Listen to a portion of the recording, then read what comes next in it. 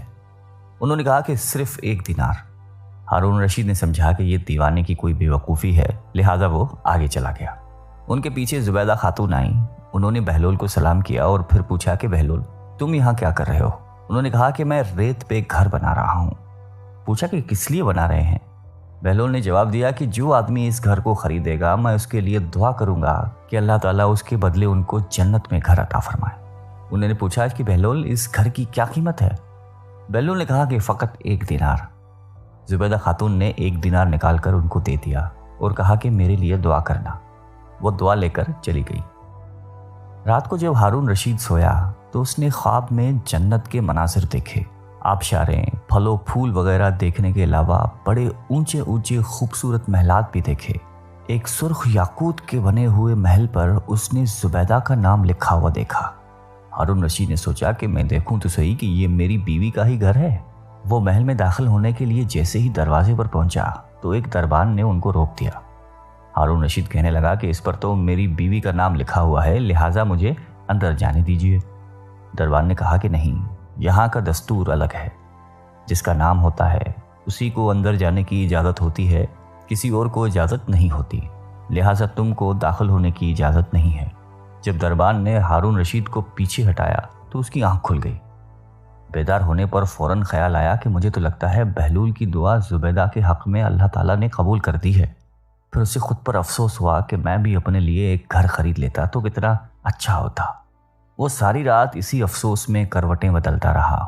صبح ہوئی تو اس کے دل میں خیال آیا کہ آج پھر میں اس دریا کے کنارے جاؤں گا۔ اگر آج مجھے بہلول مل گیا تو میں بھی ایک گھر خرید لوں گا۔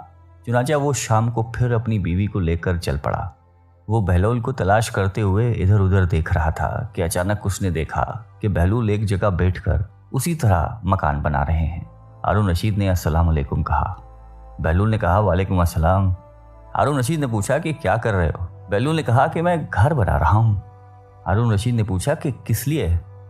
بہلول نے کہا کہ جو آدمی یہ گھر خریدے گا میں اس کے حق میں یہ دعا کروں گا کہ اللہ تعالیٰ اس کے بدلے اسے جنت میں گھر عطا فرمائے۔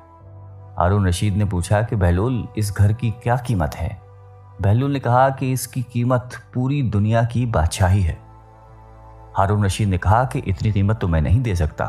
کل تو آپ 1 دینار کے بدلے دے رہے تھے اور آج پوری دنیا کی بادشاہت مانگ رہے ہو۔ بہلول دانا نے کہا کہ بادشاہ سلامت، کل بن دیکھے کا معاملہ تھا اور آج دیکھا ہوا معاملہ ہے۔ کل بن دیکھے کا سودا تھا اس لیے سستا مل رہا تھا، آج چونکہ دیکھ کے آئے ہیں اس لیے اب اس کی قیمت بھی زیادہ دینی پڑے گی۔ بہلول دانا ایک مرتبہ قبرستان میں بیٹھے ہوئے تھے کہ کسی نے پوچھا کہ بہلول یہاں کیا کر رہے ہو؟ کہنے لگے کہ ایسے لوگوں کے پاس ہوں کہ ان کی صحبت مجھے تکلیف نہیں دیتی اور اگر ان سے دور رہوں تو یہ میری غیبت نہیں کرتے۔ پوچھنے والے نے دوبارہ کہا کہ مہنگائی بہت بڑھ گئی ہے، اس میں کمی کی دعا کریں۔ کہنے لگے کہ اللہ کی قسم مجھے تو کوئی پرواہ نہیں، چاہے گندم کے 1 دانے کی قیمت 1 دینار ہی کیوں نہ ہو جائے، اس لیے کہ اللہ پاک کا ہم پر حق ہے کہ ہم اس کے حکم کے مطابق اس کی عبادت کریں، اور اللہ پر ہمارا یہ حق ہے کہ وہ اپنے وعدے کے مطابق ہمیں رزق دے۔ جب رزق کی ذمہ داری اللہ پاک نے لی ہے تو مجھے فکر کرنے کی کوئی ضرورت نہیں ہے۔ کہتے ہیں ایک بار شیخ جنید بغدادی رحمۃ اللہ علیہ سفر کے ارادے سے بغداد روانہ ہوئے۔ حضرت شیخ کے کچھ مرید بھی ساتھ تھے۔ شیخ نے مریدوں سے پوچھا کہ تم لوگوں کو بہلول کا حال معلوم ہے؟ لوگوں نے کہا کہ حضرت وہ تو ایک دیوانہ ہے، آپ اس سے مل کے کیا کریں گے؟ شیخ نے جواب دیا کہ ذرا بہلول کو تلاش کیجیے، ہمیں ان سے کام ہے۔ مریدوں نے شیخ کے حکم کی تکمیل کی۔ تھوڑی جستجو کے بعد ایک صحرا میں حضرت بہلول کو ڈھونڈ نکالا اور شیخ کو اپنے ساتھ لے کر وہاں پہنچے۔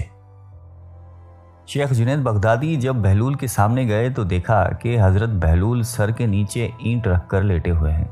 شیخ نے سلام کیا تو بہلول نے جواب دے کر پوچھا کہ تم کون ہو؟ شیخ نے جواب دیا کہ میں جنید بغدادی ہوں۔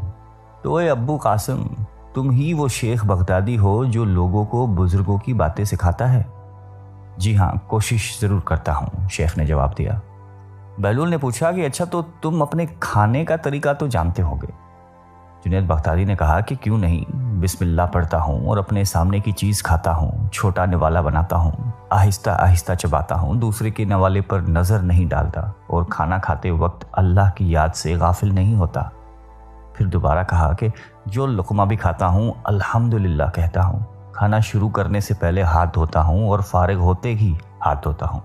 یہ سن کر بہلول اٹھ کر کھڑے ہوئے اور اپنا دامن شیخ کی طرف جھڑک دیا۔ پھر ان سے کہا کہ تم تو انسانوں کے پیر و مرشد بننا چاہتے ہو اور یہ حال ہے کہ اب تک کھانے پینے کا طریقہ بھی نہیں جانتے۔ یہ کہہ کر بہلول نے اپنا راستہ لے لیا۔ شیخ کے مریدوں نے کہا کہ یا حضرت، یہ شخص تو دیوانہ ہے۔ ہاں دیوانہ تو ہے، مگر اپنے کام کے لیے ہوشیاروں کے بھی کان کاٹتا ہے۔ اس سے سچی بات سننا چاہیے، آؤ اس کے پیچھے چلے۔ بہلول ایک ویرانے تک پہنچ کر ایک جگہ بیٹھ گیا۔ شیخ بغدادی اس کے پاس پہنچے تو انہوں نے شیخ سے پھر وہی سوال کیا کہ کون ہو؟ آپ نے کہا کہ میں ہوں شیخ بغدادی جو کھانا کھانے کا طریقہ نہیں جانتا۔ بہلول نے کہا کہ خیر، تم کھانا کھانے کے آداب سے تو ناواقف ہو، لیکن گفتگو کا طریقہ تو جانتے ہی ہوگے۔ شیخ نے جواب دیا کہ جی ہاں، جانتا تو ہوں، ہر ایک بات ایک اندازے کے مطابق کرتا ہوں، بے موقع اور بے حساب نہیں بولتا، سننے والوں کی سمجھ کا اندازہ کر کے خلق خدا کو اللہ اور رسول کے احکام کے بارے میں بتاتا ہوں۔ یہ خیال رکھتا ہوں کہ اتنی باتیں نہ کہوں کہ لوگ مجھ سے بیزار ہو جائیں۔ باطنی اور ظاہری علوم کے نقطہ نظر میں رکھتا ہوں۔ اس کے ساتھ گفتگو کے آداب سے متعلق کچھ اور باتیں بھی بیان کیں تو بہلول نے کہا کہ کھانا کھانے کے آداب تو ایک طرف، تمہیں تو بات کرنے کا بھی ڈھنگ نہیں آتا۔ پھر شیخ سے منہ پھیر کر ایک طرف چل دیے۔ مریدوں سے خاموش نہ رہا گیا اور انہوں نے کہا کہ یا حضرت، یہ شخص تو دیوانہ ہے، آپ دیوانے سے بھلا کیا توقع رکھتے ہیں؟ حضرت جنید بغدادی نے کہا کہ مجھے تو اس سے ابھی اور کام ہے، تم لوگ نہیں سمجھ سکتے۔ اس کے بعد شیخ نے پھر بہلول کا پیچھا کیا۔ بہلول نے رک کر پیچھے مڑ کر دیکھا اور کہا کہ تمہیں کھانا کھانے اور بات کرنے کے آداب نہیں معلوم، سونے کا طریقہ تو تمہیں معلوم ہی ہوگا۔ شیخ نے کہا کہ جی ہاں، معلوم ہے، جب میں عشاء کی نماز اور درود و وظائف سے فارغ ہو جاتا ہوں تو سونے کے کمرے میں چلا جاتا ہوں۔ یہ کہہ کر شیخ نے سونے کے وہ آداب بیان کیے جو انہیں بزرگان دین کی تعلیم سے حاصل ہوئے تھے۔ بہلول نے کہا کہ معلوم یہ ہوتا ہے کہ تم کو سونے کے آداب بھی نہیں آتے۔ یہ کہہ کر بہلول نے جانا چاہا تو حضرت جنید بغدادی نے ان کا دامن پکڑ لیا اور کہا کہ اے حضرت، میں نہیں جانتا، اللہ کے واسطے تم مجھے سکھا دو۔ کچھ دیر بعد بہلول نے کہا کہ میاں، یہ جتنی باتیں تم نے کہیں سب بعد کی چیزیں ہیں، اصل بات مجھ سے سنو۔ کھانے کا اصل طریقہ یہ ہے کہ سب سے پہلے حلال کی روزی ہونی چاہیے۔ اگر غذا میں حرام چیز ہے تو جو آداب تم نے بیان کیے ہیں ان کے برتنے سے کوئی فائدہ نہیں ہوگا اور دل روشن ہونے کی بجائے اور تاریک ہوتا چلا جائے گا۔ شیخ جنید نے بے ساختہ کہا کہ جزاک اللہ۔ پھر بہلول نے بتایا کہ گفتگو کرتے وقت بھی سب سے پہلے دل کا پاک اور نیت کا صاف ہونا ضروری ہے، اور اس کا بھی خیال رہے کہ جو بات کہی جائے اللہ کی رضامندی کے لیے ہو۔ اگر کوئی دنیاوی لگاؤ کی فضول قسم کی بات ہو تو خواہ تم کتنے ہی اچھے الفاظ میں کہو، تمہارے لیے وبال بن جائے گی۔ اس لیے ایسے کلام سے خاموشی بہتر ہے۔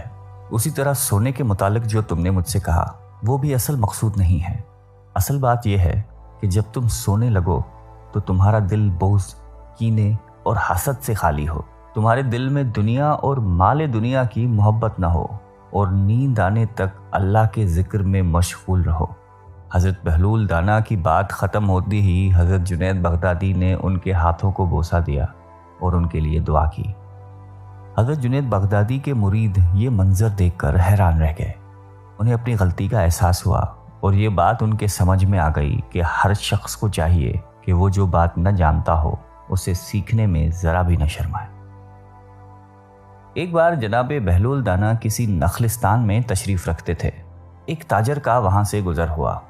وہ آپ کے پاس آیا، سلام کر کے سامنے بیٹھ گیا اور انتہائی ادب سے گزارش کی کہ حضور، تجارت کی کون سی ایسی چیز خریدوں جس میں نفع ہو؟ بہلول نے فرمایا کہ کالا کپڑا خرید لو۔ تاجر نے شکریہ ادا کیا اور الٹے قدموں واپس چلا گیا۔ جا کر اس نے علاقے میں دستیاب تمام کالا کپڑا خرید لیا۔ کچھ دنوں بعد شہر کا بہت بڑا آدمی انتقال کر گیا۔ ماتمی لباس کے لیے سارا شہر کالے کپڑے کی تلاش میں نکلا ہوا تھا۔ اب کپڑا سارا اس تاجر کے پاس ذخیرہ تھا۔ اس نے منہ مانگے داموں پر فروخت کیا اور اتنا نفع کمایا کہ جتنا ساری زندگی نہیں کمایا تھا، اور بہت ہی امیر و کبیر ہو گیا۔ کچھ عرصے بعد وہ گھوڑے پر سوار کہیں سے گزرا۔ جناب بہلول وہاں تشریف رکھتے تھے۔ وہ وہیں گھوڑے پر بیٹھے بولا، او دیوانے، اب کی بار کیا لوں؟ بہلول نے فرمایا کہ تربوزے لے لو۔ وہ بھاگا گیا اور ساری دولت سے پورے ملک کے جتنے تربوزے تھے وہ خرید کے ذخیرہ کر لیے۔ ایک ہی ہفتے میں سب خراب ہو گئے اور وہ کوڑی کوڑی کو محتاج ہو گیا۔ اسی خستہ حالی میں گھومتے پھرتے پھر ان کی ملاقات بہلول سے ہوئی تو انہوں نے کہا کہ یہ آپ نے میرے ساتھ کیا کیا ہے؟ جناب بہلول نے فرمایا کہ میں نے نہیں، تیرے لہجوں اور الفاظوں نے سب کیا ہے۔ جب تو نے ادب سے پوچھا تو مالا مال ہو گیا، جب گستاخی سے پوچھا تو کنگال ہو گیا۔ اس کو کہتے ہیں با ادب با نصیب، بے ادب بے نصیب۔